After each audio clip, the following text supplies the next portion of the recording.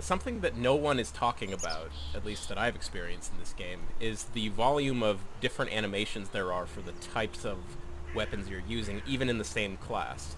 So this is a mace here, and you'll see that it starts with a slash like that, right? And then a heavy attack like that, where it comes up.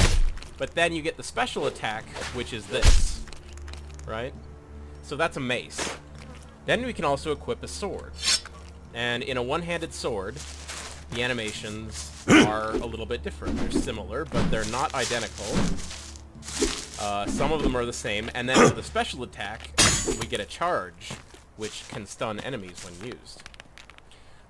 Then there's the axe, which, again, shares a lot of the same animations, but they actually are a little bit different, depending on how you use them. And then the special attack is this. And then last but certainly not least, we have the shield, which you can use with any of the previous weapons, but all of their animations are the same with the shield, which is this. And then for a special attack, you get a really powerful shield attack that has a 100% knockdown chance. And actually, each of the special attacks have different abilities and powers associated with them based on the sort of situation you're fighting in. And so I thought that was rather impressive. Now that we've looked at the animations, let's talk more about the combat itself and building of the combo bar. And also I want to correct something that I said before. So the combo bar does not actually represent how much damage you're doing. The combo bar just represents whether or not you'll be able to unleash your special attack.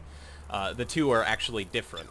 And so the thing is that you have to connect every single attack. If you get the timing wrong at all, it will cancel the amount of damage you do, so it'll make it look like your big special final attack that does the really massive amount of damage does nothing at all. So if you get the timing wrong even once while you're attacking here, then you will lose all of the damage bonus that you would get on the special attack, making it sort of pointless to even get the special attack. So you have to do everything just perfectly, and then you can finally unleash your big special attack. See, this special attack is not doing any real damage because I was out of stamina, and thus broke the combo sequence. So you have to be able to get every single one, but the more you get in a row, the more damage you're able to do. Early on, you really shouldn't at all be even aiming for the special attack because there just won't be enough stamina. You'll have to upgrade your stamina quite a bit in order to do something like that. So that's something that will really throw people off, and again, it's not well explained at all. So you have to, again, connect every single attack.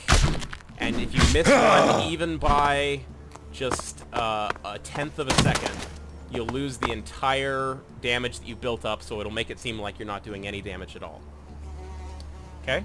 One last thing I wanted to bring up is the parry system in the game, which is actually really cool, but again, nobody really knows about it. So you pull out a weapon and hold block, right? Well, the thing is, if you actually push the left mouse button, you'll notice that your character does this sort of parrying action. And what that means is that when you're attacked by a one-handed weapon, I think it only works with one-handed weapons, you can do this, and if you time it just right, you can stagger your opponent so they'll fly backwards, and you'll get in several free hits, which can really be the difference between winning or losing a particular fight. So I thought that's something that would be worth mentioning as well. Blocking is a very, or rather damage reduction is a very difficult thing to achieve in this game. There's a lot of variables you have to take into account. And so when you block like this, you will take, if it's a quick attack from a one-handed weapon, you will block all of the damage and it will just drain your stamina. If you block a heavy attack, it will do half of the damage that it would if you weren't blocking, and it will drain your stamina.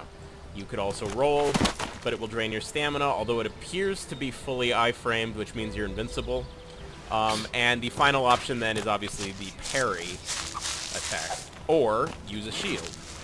And if you use a shield, this has its own set of constraints. A shield allows you to block 100% of the damage, even without stamina, but the parry and especially the special attack, I'll do the special attack very quickly here, just to remind you.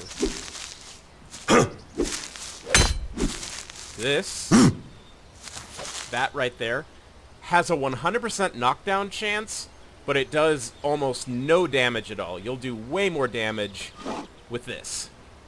Just this one with this big finishing power attack, which is this. That thing is incredibly powerful.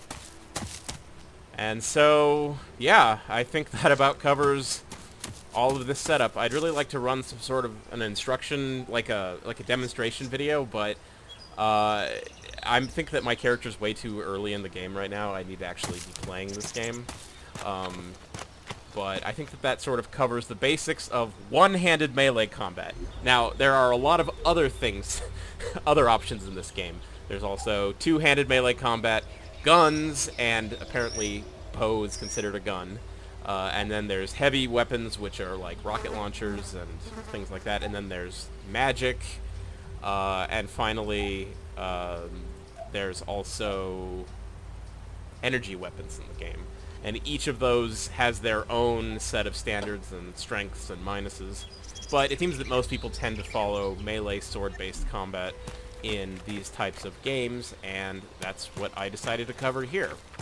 So hopefully you'll have a better understanding of what the combat system in this game is all about, and that maybe, just maybe, the reviewers simply had no idea how to play this game. Which is understandable, but also kind of offensive. So, anyways, I'll be uploading plenty more videos in the future. Subscribe if you like, but as I said, please just buy this game.